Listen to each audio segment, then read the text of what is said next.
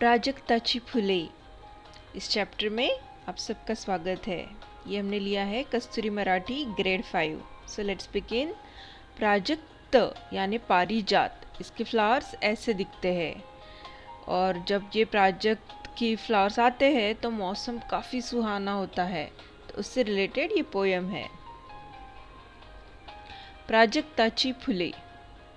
टप टप पडती अंगावरती प्राजक्ताची फुले। प्राजक्त यानी कि पारिजात, इसके जो फ्लावर्स है ये रात में ही ब्लूम हो जाते हैं। मॉर्निंग के टाइम पे ये जो फ्लावर्स है ये अपने आप ही जो है ट्री से गिरते हैं। आप यहाँ देख सकते हैं प्राजक्त यानी एक छोटा सा ट्री नहीं होता, ये बहुत बड़ा सा ट्री होता है, अच्छी खासी छाया भी देता है। तो फ्लावर्स कैसे गिर रहे हैं? टप टप। टप टप यानी ऐसा नहीं कि धीरे धीरे एक एक फ्लावर गिरता है, फटाफट फटाफट फटाफट बहुत सारे फ्लावर्स ये गिरते हैं। अगर आप उस ट्री के नीचे खड़े हो तो आपके ऊपर गिरेंगे। भिर भिर भिर त्या तालावर गाणे अमुचे जुळे। तो इस ट्री के नीचे खड़े होके बच्चे एकदम खुश हो रहे हैं और उस ट्री के नीचे जैसे छाँव भी है, फ्लावर्स भी है, अच्छी खुशबू वाले फ्लावर्स है। तो वो क्या कर रहे, सब मिलके गाना गा रहे। कुरणांवरती झाडा खाली ऊन सावली विणते जाळी। कुरण, कुरण यानी क्या? ऐसे जहाँ पे घास उगती है बहुत सारी। कुरणांवरती झाडा खाली ऊन सावली विणते जाळी। जाली विनते मीन्स क्या? वो एक तरह का नेट बनाती है। अगर आप किसी ट्री के नीचे खड़े हो तो वहाँ पे आपको थोड़ी सी धूप दिखेगी, थोड़ी छाँव दिखेगी। तो उसे इन शॉर्ट क्या बोल रहे हो? जैसे कि उन्होंने एक जाली टाइप से बनाया हो, वैसे ही धूप छाँव ऐसे ट्री के नीचे आप फील कर सकते हैं। एतो वारा पहा भरारा। हवा तो बह रही है। वारा यानी क्या? हवा। हवा जोर जोर से बह रही है। गवत खुशी ने डुले। अब ये बच्चे हैं, ये इमेजिन कर रहे हैं कि ये जो पूरा माहौल एक तैयार हो गया है, फ्लावर्स गिर रहे हैं, उनकी खुशबू आ रही है, हम लोग भी खुश होके नाच रहे हैं, तो हमारी तरह ही जो ये घास है, गवत यानी क्या? घास, तो खुशी से ये भी ऐसे डोल रही है। डुले यानी क्या? डोल रही है। दूर दूर है सूर वाहती उन्हात पिवळी पहा नाहती। तो ये भी और इमेजिन है। अब बच्चे खेल कूद रहे हैं, कुछ बातें कर रहे हैं, हंसी की आवाज़ें आ रही है। तो इन सब से क्या बन रहा है? एक तरह का गाना बन रहा है। उनके सुर जो है वो जैसे कि काफ़ी दूर तक सुनाई दे रहे हैं। तो क्या बोल रहे हैं उनको? दूर दूर है सूर वाहती उन्हात पिवळी पहा नाहती। उन्हात पिवळी मीन्स जो धूप का कलर है वो कौन सा होता है? नॉर्मली गोल्डन कलर की धूप होती है, पीले रंग की धूप होती है ना। तो ये जो सुर है जो बच्चों के मुंह से निकल रहे हैं, हवा का जो आवाज़ है, सारे सुर मिलके कौन से कलर के हो रहे हैं? जब तक सबके पास जा रहे तब तक पीले रंग में, जैसे कि वो नहा रहे हो। हसते धरती फांदीवरती हा झोपाळा झुले। तो ये सब जो माहौल है, सब लोग खुश है, घास भी डोल रही है, फ्लावर्स गिर रहे हैं और कहीं शायद दूसरे पेड़ पे झूला भी है। झोपाड़ा यानी क्या? झूला। आप कभी विलेज साइड जाओ तो वहाँ पर आपको बहुत सारे ट्रीज पे झूले दिखेंगे जो उन लोगों ने करस्पॉन्डेंटली बनाए होते हैं। तो ये सब खुशी के माहौल में कोई झूला झूल रहा है तो वो वही बता रहे। फांदीवरती, फांदी यानी क्या? जो ट्री की अपने ट्री पे जो हम झूला जहाँ पे बांधते हैं उसे कहते हैं फांदी। हंसते धरती, ये सब खुशी देख के धरती भी हंस रही है। गाने अमुचे झुलझुल वारा। अब इन्होंने अपने ही गाने की तारीफ करना शुरू कर दी कि सब लोग ऐसे सुर में गा रहे हैं। तो झुलझुल वारा, झुलझुल यानी ये फिर से एक ऐसा ही लुक लुक की तरह एक वर्ड है। झुलझुल वारा ऐसे बहुत प्यारा सा बट ऐसा मस्तीखोर उस टाइप की हवा चल रही है। गाने अमुचे लुक लुक तारा। ये अपने ही गानों को तारीफ कर रहे, अपने ही गाने की। गाणे अमुचे जुळजुळ वारा, गाणे अमुचे लुक लुक तारा। जैसे हवा के झोंके आते हैं तो हमें अच्छा लगता है ना। उसके बाद में हम लुक लुक यानी कि ऐसा टिमटिमाता तारा देखते हैं तो भी हमें बड़ा अच्छा लगता है। तो अपने गानों को ये उसी उसी से रिलेट कर रहे हैं। पाऊस वारा मोर पिसारा, तो फिर ये सब मिला के जैसे बारिश हो गई, हवा हो गई और मोर पिसारा, यानी मोर तो आप जानते हैं पिकॉक, और उसके जो पंख होते हैं, इस अगर वो जो पूरे अपने पंख फैलाता है तो उसे क्या कहते हैं, मोर पिसारा। पाऊस वारा मोर पिसारा, या गाण्यातून फुले। तो बच्चे जो गाना गा रहे हैं उसमें किस किस चीज़ का वो जिक्र कर रहे हैं, बारिश से रिलेटेड अपने गाने गा रहे हैं, हवा से गाने गा रहे हैं, जिसमें कि मोर भी है, वो सब गाने वो गा रहे हैं। अब ये सारी जो चीज़ें हैं आपको इमेजिन करना पड़ेगी। इस कविता के जो कवि है मंगेश पाडगांवकर, ये मराठी के एक बहुत सुप्रसिद्ध कवि है। इनकी बहुत सारे पब्लिकेशंस है, बहुत सारी पोएम्स इन्होंने लिखी है। आपको आने वाले सिलेबस में भी काफ़ी कुछ इनका मिलेगा पढ़ने के लिए। फुलांसारखे सर्व फुलारे, वो हमें क्या बोल रहे हैं कि जैसे कि फ्लावर्स ब्लॉसम होते हैं, वैसे हम सब ने भी खुशी से ब्लॉसम होना चाहिए, खिल उठना चाहिए। सुरात मिसळूनी सूर चला रे।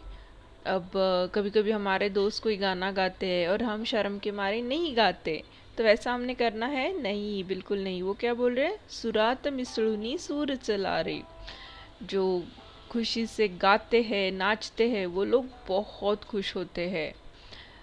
तो वो सबको वही बोल रहे कि फुलांसारखे सर्व फुलारे, सुरात मिसळूनी सूर चलारे। गाणे गाती तेच शहाणे, बाकी सारे खुळे। जो जो इंसान गाना गाता है वो कैसा होता है, स्मार्ट होता है, क्योंकि वो गाना जब गाता है, डांस करता है तो अपने सारे प्रॉब्लम्स भूल जाता है और उससे हो सकता है वो प्रॉब्लम को सॉल्यूशन भी मिल जाए। बाकी सारे खुड़े, खुड़े यानी क्या, बुद्धू। ये कोई गाली नहीं है, इट्स जस्ट दैट कि तुम गाना गाओ डांस करो तो तुम स्मार्ट, और नहीं तो बुद्धू। तो यही हमारे जो है वो मंगेश पाडगांवकर जी बोल रहे हैं। ओके, तो ये थी हमारी आज की पोयम। तो इसके बाद हम देखते हैं इसके एक्सरसाइजेस। पहले तो देखते हैं शब्दार्थ। कुरण, कुरण यानी क्या, मोकळे रान। रान यानी फिर से एक ऐसा ओपन एरिया, जैसे कि आप कहीं रोड पे जा रहे हो, आपको रोड साइड जो बहुत सारी जगह दिखती है जहाँ काफ़ी सारी ग्रीनरी होती है। Sometimes people own it, sometimes they don't. तो वैसे वो एरिया यानी कुरण। यहाँ पे आप मोस्टली जो गाय है, बकरियां है, चरवाहे, उनको आप देख सकते हो। सूर यानी गाणे। नाहती यानी भिजतात, नाहती यानी क्या, नहाना। खुळे वेडे, तो खुळे वेडे, वेडे यानी फिर से पागल होता है, पागल मैड, बट वो लिटरली वैसा मीनिंग नहीं है, यानी ऐसे बुद्धू। धरती, धरती यानी धरणी या पृथ्वी। ओके, तो अब देखते हैं क्वेश्चन आन्सर। पुढील प्रश्नांची उत्तरे लिहा। ऊन सावली कुठे जाळी विणतात? ऊन सावली कुरणांवरती आणि झाडाखाली जाळी विणतात. गवत खुशीने केव्हा डुलते? जेव्हा वारा जोरात वाहू लागतो तेव्हा गवत खुशीने डुलते. कवींना कोण शहाणे वाटतात? जे गाणे गातात ते कवींना शहाणे वाटतात. ओके, तो ये थे हमारे क्वेश्चन एंड आंसर। अब हमें पोएम की जो लाइन्स है उनको कंप्लीट करना है। तो ये तो आप देख के भी कर सकते हो इजीली। टप टप पडती अंगावरती प्राजक्ताची फुले, बिर बिर बिर त्या वतालावर गाणे अमुचे जुळे. दूर दूर हे सूर वाहती उन्हात पिवळी पहा नाहती. हसते धरती फांदीवरती हा झोपाळा झुले. अब हमें यहाँ पोयम के यमक जुळणारे शब्द लिहा बोला गया है, जुळे खुळे।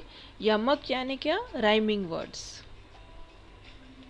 वाहती नाहती, डुले झुले या झुले डुले।